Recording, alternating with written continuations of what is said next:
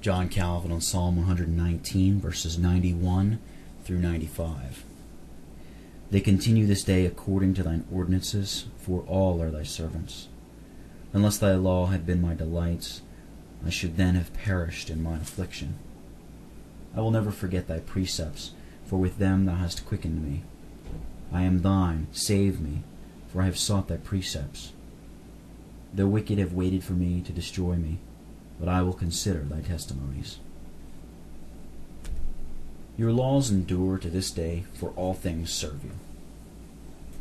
Men are very perverse when, by their unbelief, they do what they can to shake and impair the faithfulness of God, upon which all creatures repose, and moreover, when by their rebellion they impeach his righteousness and deny the authority of his commands, upon which the stability of the whole world depends. It is a harsh manner of expression to say that all the elements are God's servants, but it expresses more than if it had been said that all things are ready to yield obedience to him.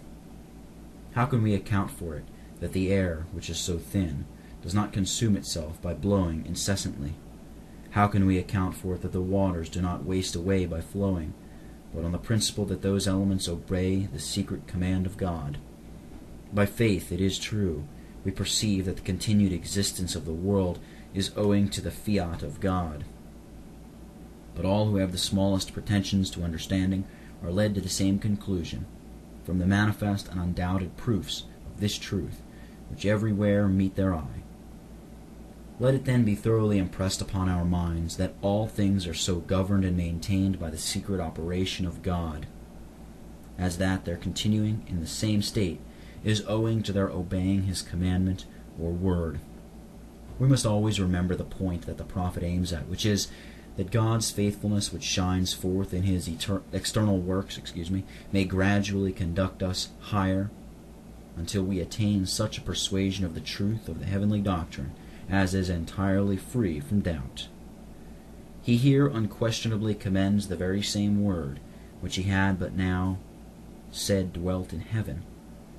Though it resound on earth, enter into our ears, and settle in our hearts, yet it still retains its celestial nature, for it descends to us in such a manner as that it is not subject to the changes of the world.